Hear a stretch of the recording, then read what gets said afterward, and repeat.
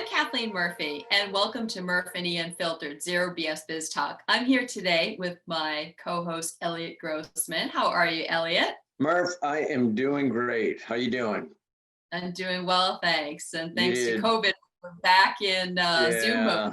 yeah, I know. And what worries me is that you not going out, you're not spending a lot of money on my gift this year. So let's go, kid. I need you out and about. Oh, I'm really good at ordering things online. Don't you worry. All right, good. All right, good. Want to make sure. Well, today we're going to be talking about, this is show episode 24, and we're going to be talking about how are your people management skills. And this is probably a good time of the year to be reviewing this, because as we go into the first of the year, we want to be on top of our game. We want to have our A game going, right? So let's talk about this today. And let me give you a little bit of a lead in here, and I'm going to set it up so that we can launch into this conversation. How's that? Let's do it. All right.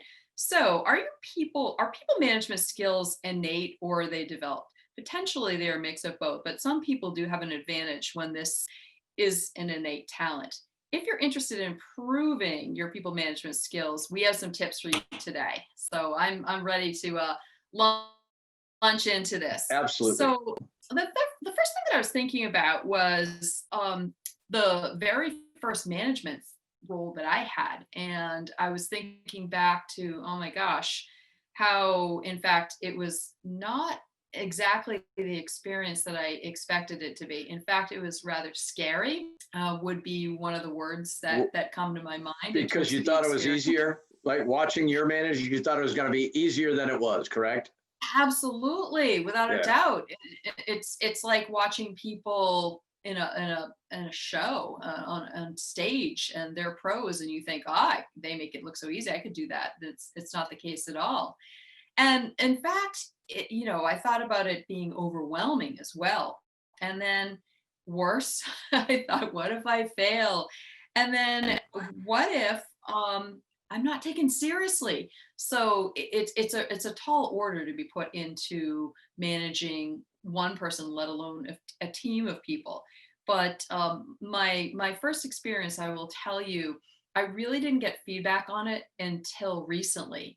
And that first management experience was close to about 30 years ago. And it was over this past summer that I got an email out of the blue from the person that I first managed, which was really, unexpected. It's crazy, actually. So, it's crazy.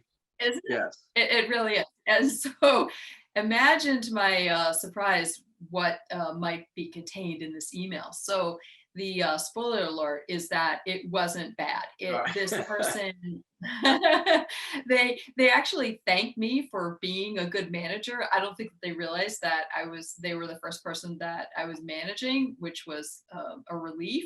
But they said that I set them up in their career and were really excited about the fact that I took a chance on them, which made me feel good. And they didn't necessarily cast stones at me for setting them up poorly and then in the wrong direction. So that was the good news. Yep. But in terms of thinking about management skills, it, in my mind, is a combination of both innate skills and skills that you learn. And I mentioned, in fact, with the innate skills, you have an advantage if you do have these. But not certainly everyone does. The good news is that you can go and get some training to beef up on your management. Right. So how about you, Elliot? What was your first professional management experience like? Yeah, absolutely. So it's kind of funny. When I was really young, I worked in this retail industry, in the food industry, and the owner of the company was a family friend. And he said, okay, you're going to run this team. So then I was probably 16, 17 as I grew into it. He said, I want you to run this team. And I was awful, right? I was mean. I thought I had I got the big ego thinking like, wow, I'm in charge of these guys that do what? Scrape the floors and clean ovens. And, it was nothing. Right. And thankfully they were friends of mine that were, from the neighborhood, if you will. But what really made it was when I went to UMass, and I started coaching college basketball. So I went over to Amherst College because I knew they were looking for an assistant coach to coach the women's team. So I go across and they ask me all this stuff. And truthfully, and I don't think they'll be watching, I lied and said that I was older than I was a grad student, I had coaching experience in high school, blah, blah, blah.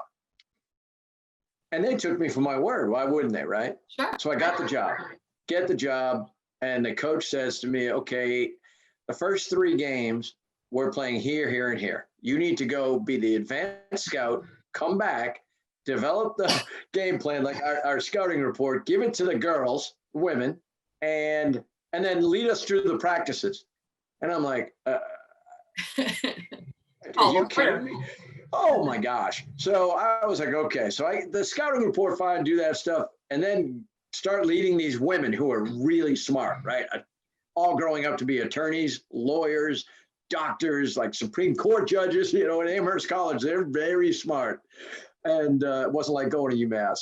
And Exactly. And it was as eye-opening. Yeah, right. That's right. But it was really, really hard. And it was incredible how much I learned from those women and how they directed me and how they helped me. And it really gave me the ability to stop talking so much, which I'm going to do right now, and listen a little bit more. And if you can listen to your team, your players, doesn't matter where we are. You talked about some of them are innate and some are developed. That combination, I couldn't agree more.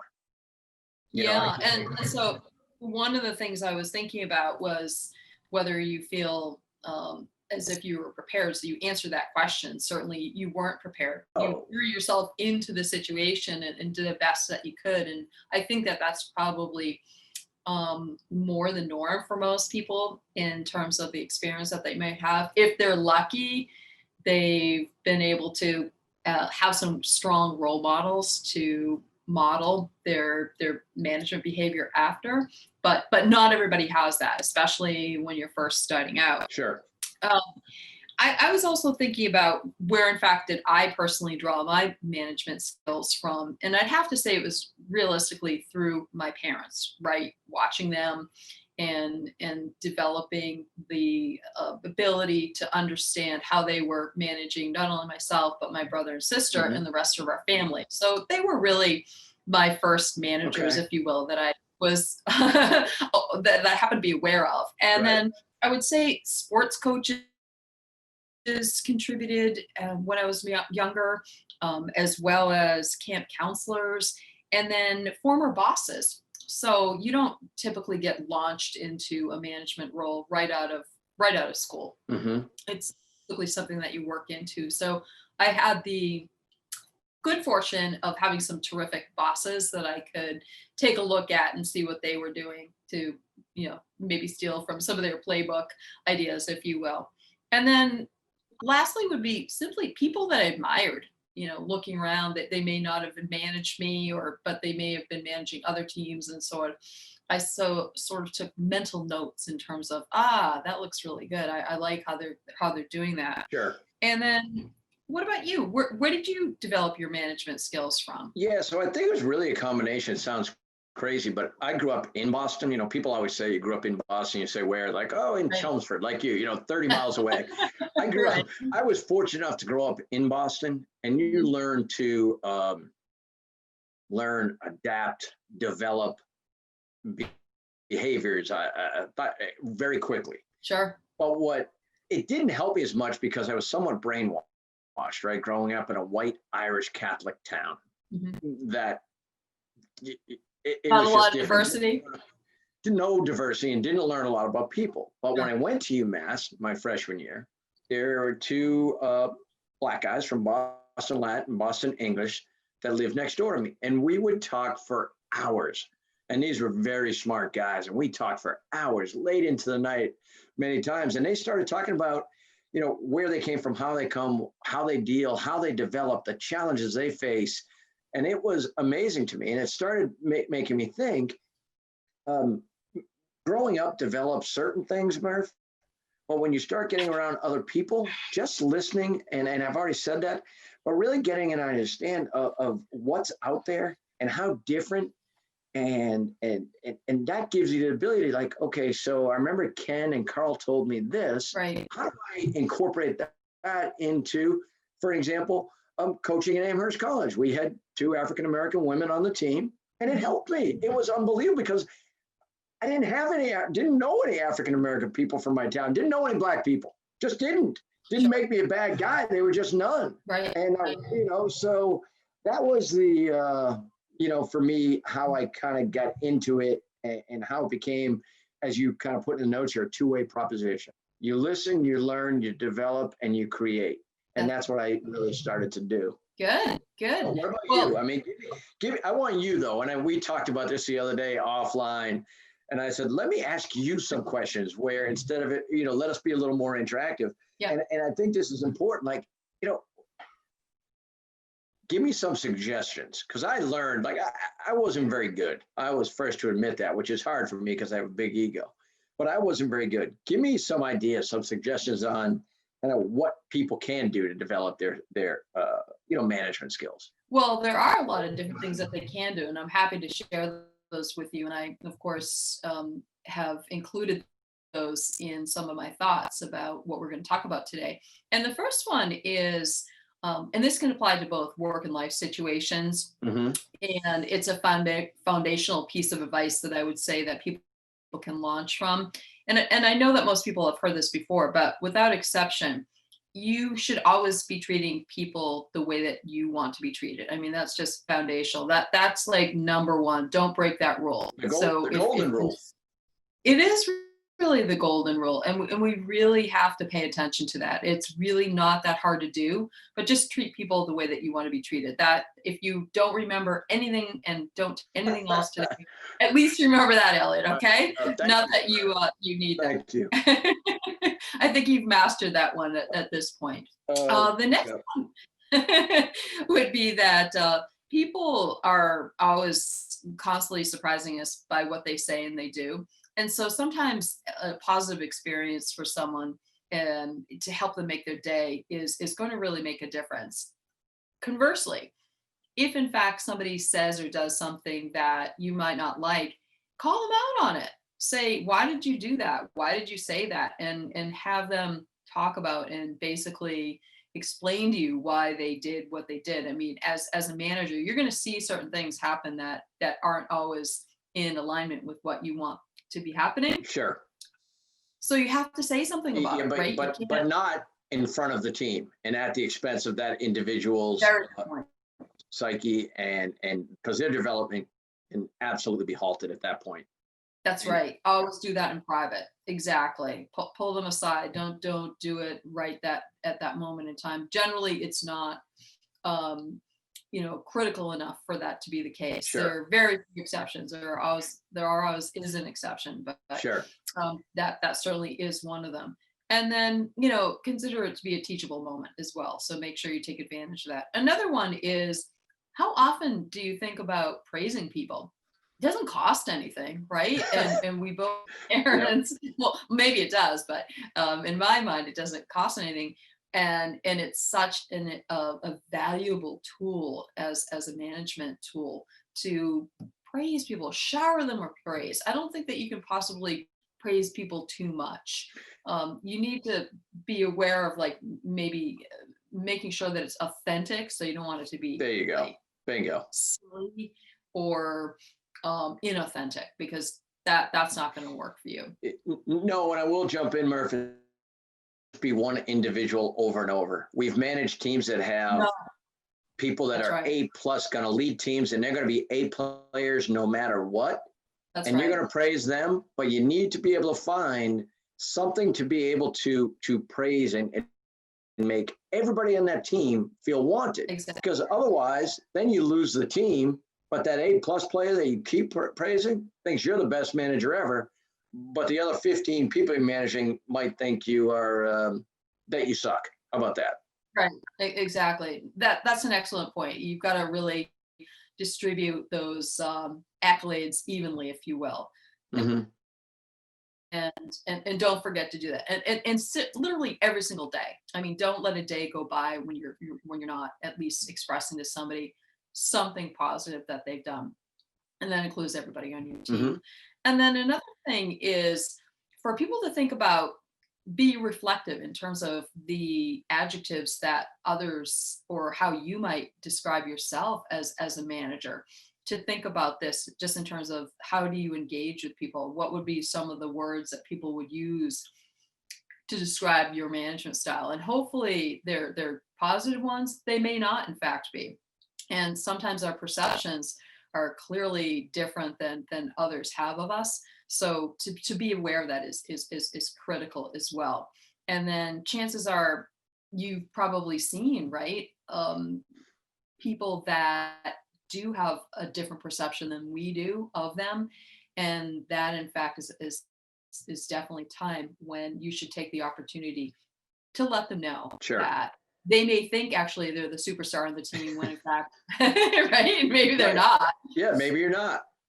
Yeah, But it doesn't mean they can't be. It just means you need to have that hard conversation. exactly. Exactly. So having a hard conversation, have you had to have one of those with somebody before? Yeah, of And course. how did that Yeah, go? What absolutely. happened? I think that's a way, quite honestly, to if people are adults and they're open minded and you hired them for a reason that you saw something in them, I Yeah. truly believe that they want to be better, right? Want to be better. You're not going to embarrass them in front of the team. So when you give advice, when you give feedback, when you give direction, and if they take it like an adult and like a professional, Right. it can turn them around and turn their whole career around, quite honestly. And I've seen it a number of times. Um, you talked about patting people on the back. You talked about managing that first person you got an email from. 30 years ago, you weren't friends with that person. You haven't heard from them forever. Yeah. You and I worked together 11, 12 years ago, somewhere in there. We've remained friends and we've remained colleagues for that time. Do we That's hang right. out together every night? We absolutely do not, but we're friends. I consider you a friend.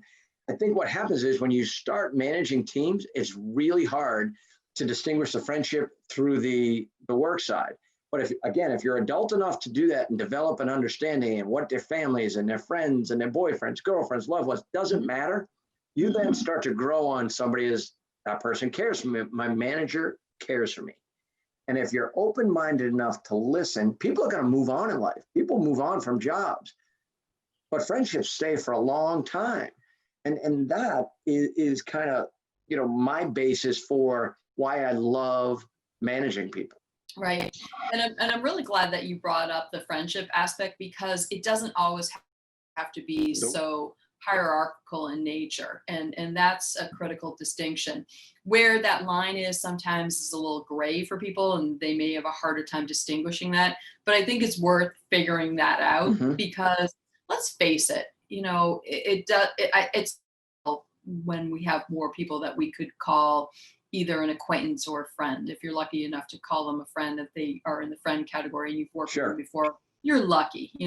Let's face it, because we've worked with hundreds of people, perhaps thousands of people in our career at this point. Yes. Millions, I don't know. Yeah. It could be a pretty large A number. lot of zeros. A lot of zeros on how many people we've worked with. Exactly, Yes. exactly. So the more people that we can put into the friend or the acquaintance category, the better. But I have some other tips that I want to share, just in terms of what people can do to consider upping their game in terms of their people management skills. And then one of the things that I would point out is to consider what they've done to be self-aware in terms of maybe taking a look at a course or ways to improve their people management skills. Don't shy away from opportunities to pursue that. Absolutely take advantage of that without question throughout your entire career. I mean, at no point should you say, you know what, I've completely mastered this. I'm good. Check Sure. that box. Sure. I mean, it's not realistic. We always have to be improving. And then think about how people have certain gifts, and in fact, can you in fact recognize those gifts? One of my talents is called individualization, and I have the ability to see small nuances in terms of people's talents that they might not recognize, that I can pull out from them, help them to see, and then benefit from. So if in fact you even slightly have this kind of ability, then make sure that you're using it, because that's an enormous advantage that you'll have in managing Hmm. others on Hmm. your team. And then, you know, I would say just mastering any kind of skills that you feel as if you haven't either ventured into securing to make them, a skill that you could say, yes, I'm proficient in that area. Ask others maybe where those deficits might be in terms of either something that they've recently done to improve their skills and may suggest that you do the same, or just ask them, do they see any kind of areas where you could improve, and then, Hmm. take it Sure. from there. Yep. Take Absolutely. the right steps, right? Yes. So, um, in terms of how does someone know if they need to work on their management skills? You could ask somebody, but like, how do they know? Yeah. So this was the easiest question when I was writing my notes after getting yours and show prep. I love to say that, show prep. It makes me feel like we're important. Uh, Oh, you are. but truthfully, when you get fired, Mm, and not the first time, because you may not see eye to eye with your manager, and you may be an incredible manager, but someone that you report to might not like who you are as a person. Your skills might be great, but you can't control all that, right? no. You can only kind of kiss so much butt until you're like, you know what, I'm an adult, I'm a professional, I don't want to deal with this. And you be the person that you're supposed to be, and they don't like it, and you get fired. Right. But here's the Right. other thing. When you get fired Yes. the next time, when as a salesperson, sales manager, because your numbers aren't good or things are happening, then you need to look in the mirror, right? It's really hard. It's always easy to look and judge other people and Sure. what they're doing, Yep. but it's really hard to look in the mirror and say, crap, maybe I'm not doing a good job as a manager. Maybe it's me and not my team. Maybe it's my leadership skills. Maybe it's how I'm talking to people. So what? Really early. Go Go ahead. ahead.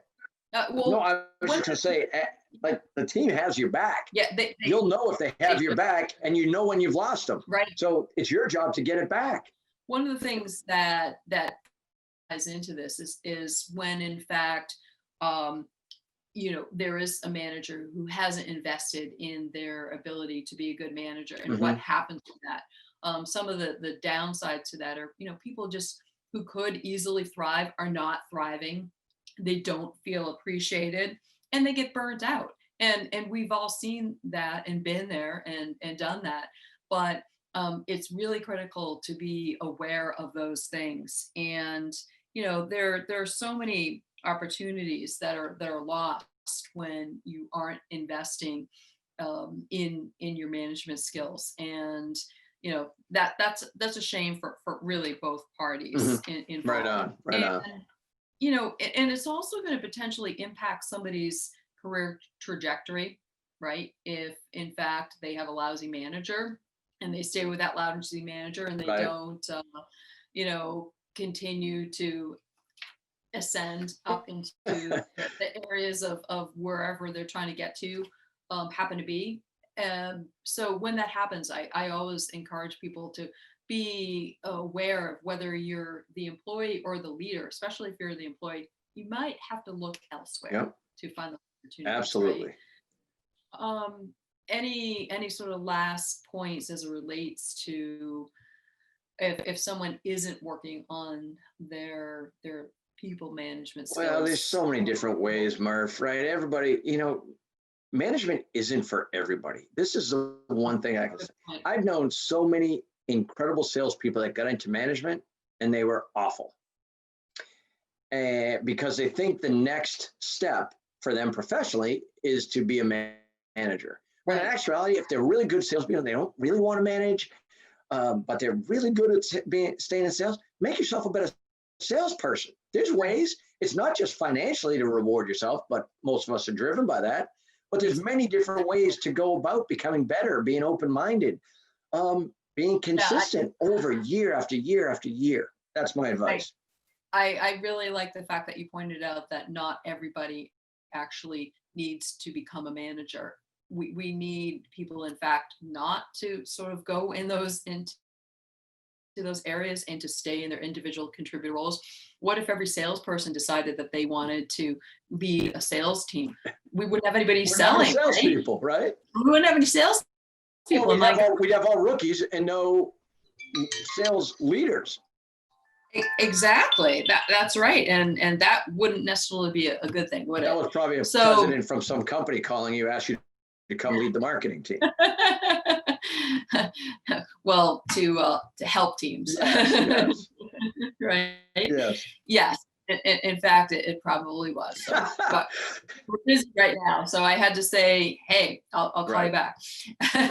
Well, we've concluded what we wanted to talk about today, Elliot, and I hope that some of these tips will be beneficial to people. So I just want to say thank you very much. Great show today. Great job. And thank you very much. And I look forward to seeing whether, in fact, we can sneak in one more show for the rest of this year. Not sure if we'll be able to, or if, in fact, we'll be seeing each other and the people that follow along with us in 2021. Right on. So thanks, everybody, for being with us today.